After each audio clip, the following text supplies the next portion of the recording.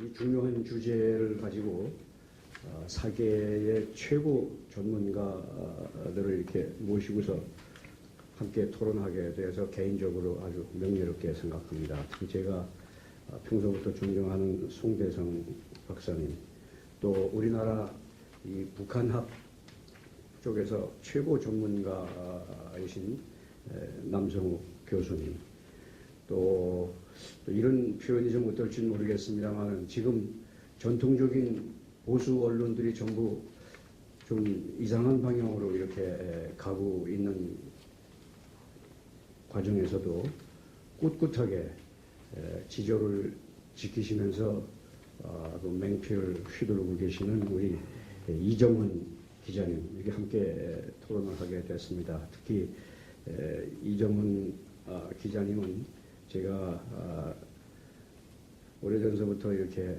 그 신문에 논조와 글을 아주 굉장히 좋아해서 나올 때마다 스크랩을 하고 밑줄을 치고 이렇게 하면서 읽고 있습니다. 특히 그 개인 필명으로 되어 있는 블로그는 여러분들도 아마 잘 읽고 계실 텐데, 제가 이번에 이윤규 기획홍보실장님한테 특별히 좀 초청을 해서 모셔서 좋은 얘기를 좀 들어보자 하고 얘기를 했는데, 그 어려운 시간에 이렇게 흔쾌히 응해서 와주시는 데 대해서 정말로 감사를 드립니다. 오늘 저는 이 주제를 말씀드림에 있어서 다행히 우리 이윤규 박사께서 저한테 좀 원론적인 차원에서 좀 접근을 해달라는 부탁을 받고, 사실은 조금 원론적인 차원의 문제들을 좀 논의하고자 합니다. 다행히 다른 분들이 좀 더 구체적인 대안을 제시하셨기 때문에 제 이 글과 좀 더 보완이 될 수 있다고 생각을 합니다. 19쪽부터 말씀을 드리겠습니다. 저는 지금이 우리가 처해 있는 이 시점이 정말 역사적인 대전환점에 있다고 이런 생각을 하고 있습니다.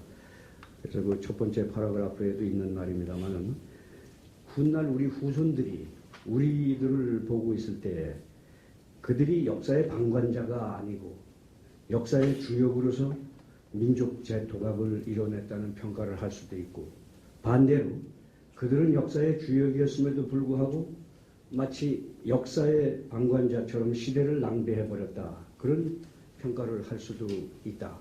이 정도로 중요한 역사적 전환점에 우리가 처해 있다, 이런 말씀을 드리고 싶습니다. 그래서 이와 아울러서 20쪽에 제가 마하트마 간디의 얘기를 예를 들었습니다마는, 한 나라가 멸망할 때 나타나는 7가지의 사해악을 이분이 오래전에 책에 써놓은 걸 제가 본 적이 있습니다. 첫째가 원칙 없는 정치, 둘째가 노동 없는 부, 셋째가 양심 없는 쾌락, 그 다음에 인격 없는 교육, 도덕 없는 상업, 인간성 없는 과학, 그리고 마지막으로 7번째, 희생 없는 종교.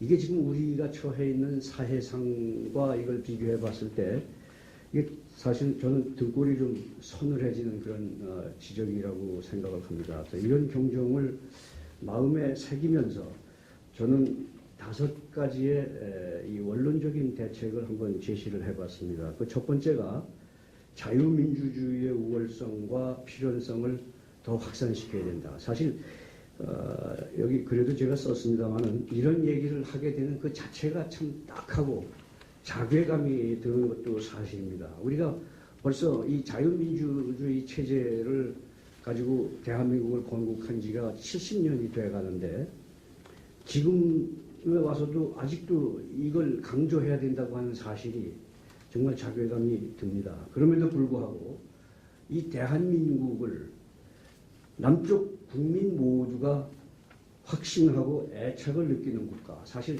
지금 그렇지 못한 사람들이 적지 않게 있고 또 그 수가 늘어나고 있다고 하는 데서 심각함을 느낍니다. 그러니까 대한민국 국민이 스스로 그 체제와 이념을 확신하고 애착을 느끼는 국가로 우리가 만들어야 되고, 한편 북쪽 동포들이 동경하는 그런 국가로 만들어야 되고, 그러면서 국제사회가 신뢰하는 그런 국가로 만들어 나갈 때 우리의 자유민주주의가 북녘의 동토로 흘러들어가고, 우리가 통일도 우리 체제, 우리 이념으로 할 수 있다, 이렇게 생각을 합니다.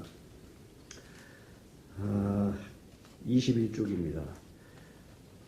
그런 차원에서 보면은 종북과 반미가 결코 대안이 될 수 없는데도 우리 젊은 세대들이 여기에 많이 이렇게 경도되는 것을 봅니다. 그래서 이런 것들이 사실은 우리를 북한 동포들과 같은 처지로 몰고 갈 수도 있는 그런 덧침에도 불구하고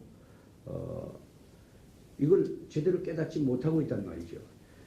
사실 우리가 따지고 보면은 이 땅에 살고 있는 우리들의 모습과 북한 땅에 살고 있는 북한 주민들의 모습을 비교하는 그 아주 간단한 한 가지 사실만으로도 자유민주주의 또는 시장경제 자본주의 체제가 얼마나 우월한 것인가 하는 것을 알 수 있음에도 불구하고 이렇게 된다고 하는 점은 굉장히 안타깝고, 우리가 이걸 조금 더 확산하는 그런 운동에 앞장을 서야 되겠다, 그런 생각을 합니다. 이와 연관해서 두 번째로 제가 말씀드리고자 하는 것은 좌파 이념의 허구성입니다. 오늘날 그 젊은 세대들이 우리가 생각하기에는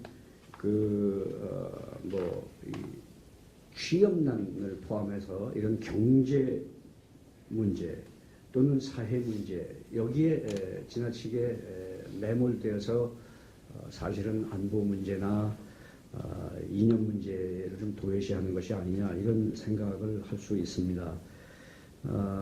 제가 여기 예를 하나, 지금 프랑스 예를 들었는데, 그 프랑스는 지금도 마찬가지입니다. 이 좌파 지성들이 좀 더 이렇게 주도적인 그 세력이 되어 있는 그런 나라입니다. 유럽에서도 아주 특이하게 이제 그런 나라인데, 한때 그 장볼 사르트르라고 하는 그 유명한 철학자, 이 사람은 입만 열면은 뭐라고 얘기를 했느냐 하면은 소련의 그 소비에트 체제가 인류가 지향해야 될 이상적 모델이고 이상향이다, 이런 얘기를 입만 열면 이 사람이 그런 얘기를 했습니다.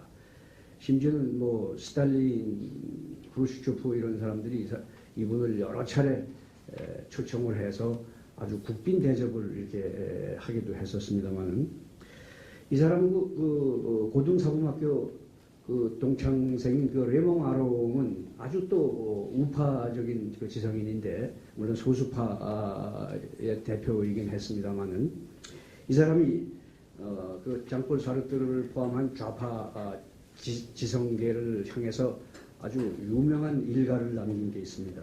이런 말을 했습니다. 21쪽 아래 있는 것처럼 머리가 좋으면서도 정직한 사람은 결코 좌파가 될 수 없다. 여기서 이제 머리가 좋다는 건 저는 상식의 문제로 저는 해석을 해봤습니다. 상식을 갖췄다면은 좌파 논리가 얼마나 허구적인 거를 알 텐데, 그런데 좌파가 된다는 거는 상식이 모자란 거다.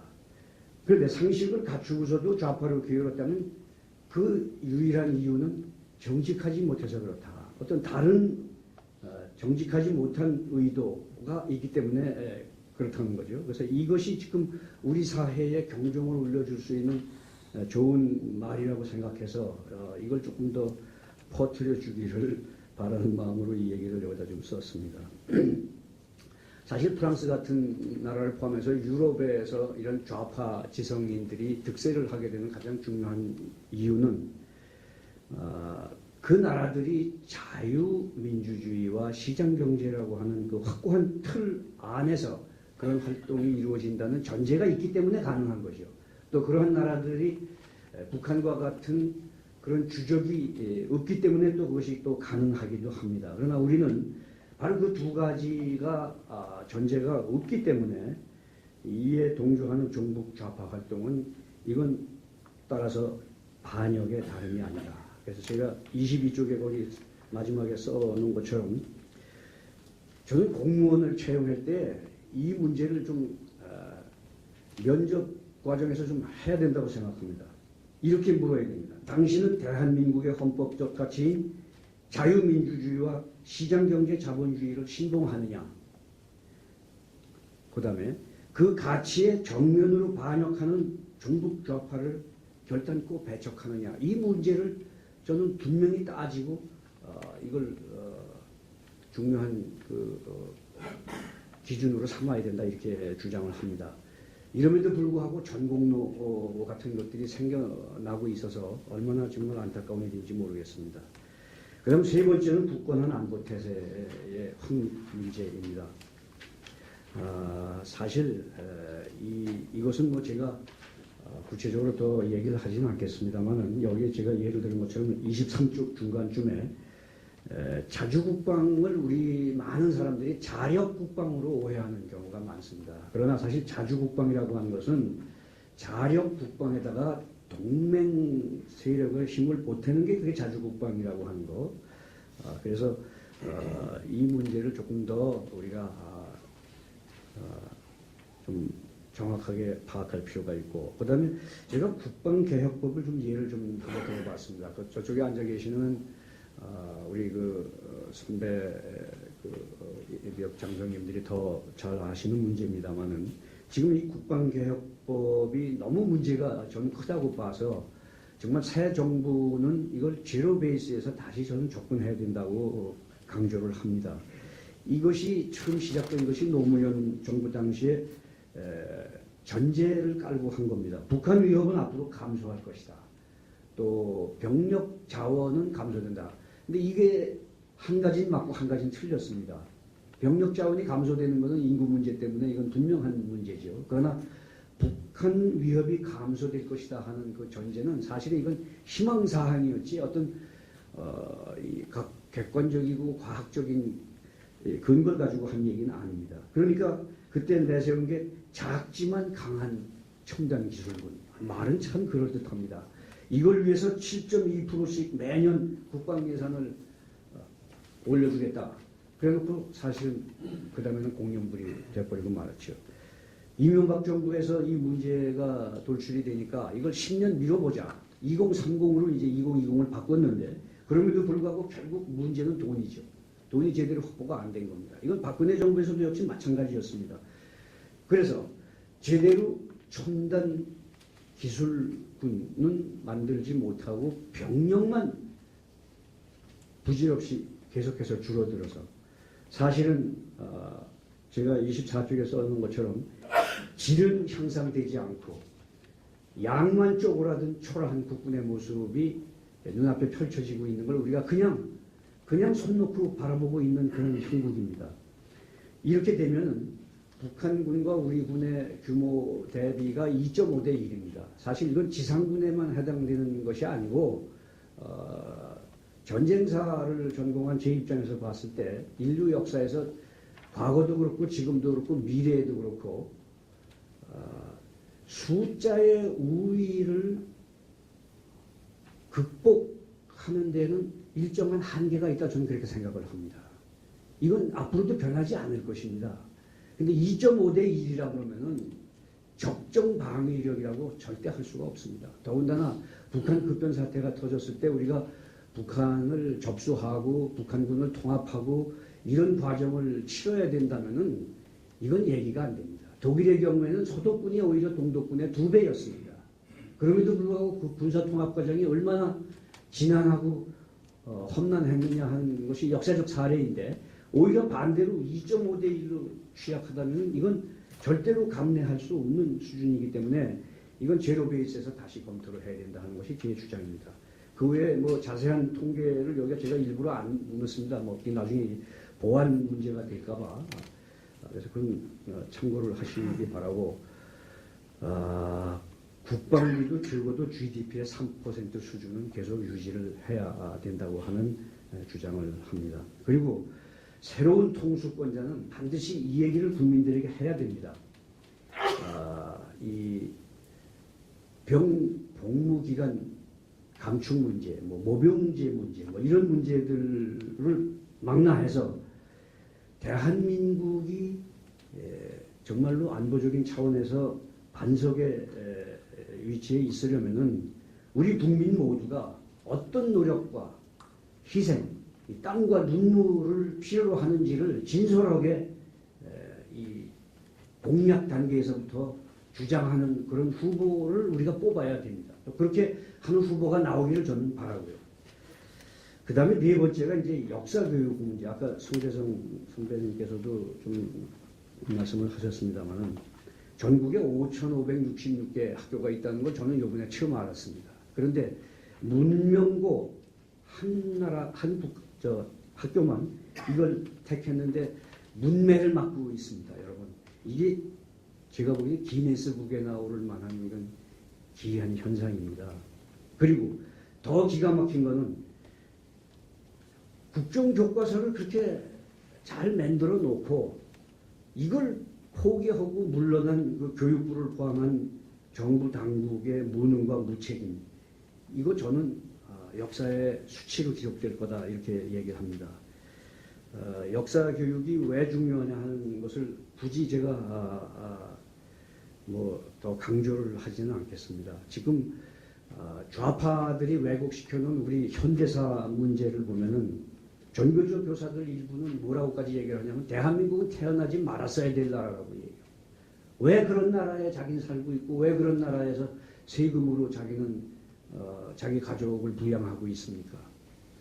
또 노무현 전 대통령 같은 경우에는 우리 현대사가 기회주의가 득세하고 정의가 패배한 역사라고까지 아주 이건 악담을 한 겁니다.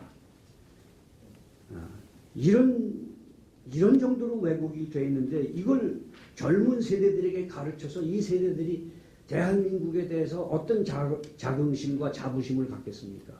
자기 나라에 대해서 자부심과 자긍심을 갖지 못한 젊은 세대가 앞으로 나라를 위해서 어떤 기여를 할 수 있겠습니까? 그래서 이런 것들을 정말로 우리가 이거는 국기를 바로 세우는 차원에서 접근을 해야 된다. 이런 말씀을 드리고자 합니다. 끝으로 이제 보수 우파의 문제인데 이 보수 우파도 정말 반성해야 됩니다. 윤리 도덕적으로 재무장을 해야 된다고 생각합니다. 사실 보수 우파의 몇몇 사람들, 특히 지도층에 있는 몇몇 사람들의 파행이 보수 진영 전체에 대한 비판으로 이제 비화가 되고 나아가서는 정부와 국가 또는 체제 자체에 대한 비난과 조소로까지 번진다고 하는 이 엄연한 사실을 우리 보수 진영이 정말 뼈를 깎는 그런 반성을 가지고 이걸 되돌아봐야 된다고 생각합니다. 그래서 지금 이미 좌파 세력들은 적폐청산이라고 하는 말로서 이 대선에 나서고 있습니다만은 이런 얘기를 듣지 않기 위해서라도 윤리 도덕적으로 정말 보수 우파들이 스스로 재무장 운동을 지금 해야 될 시기가 아닌가 이런 생각을 합니다.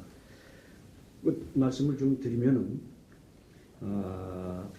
지금 다시 한번 말씀드립니다만은 역사적으로 정말 생사존망의 전환점이 지금이라고 생각을 합니다. 많은 사람들이 위기는 기회라는 말을 씁니다만 저는 오히려 이걸 뒤집어서 기회가 위기다 하는 얘기를 하고 싶습니다. 기회가 위기일 수 있습니다. 이런 정도의 정말 어떤 위기의식을 가지지 않으면 지금 이 순간 대한민국의 장래는 보장될 수 없다 하는 것이 저의 생각입니다. 감사합니다.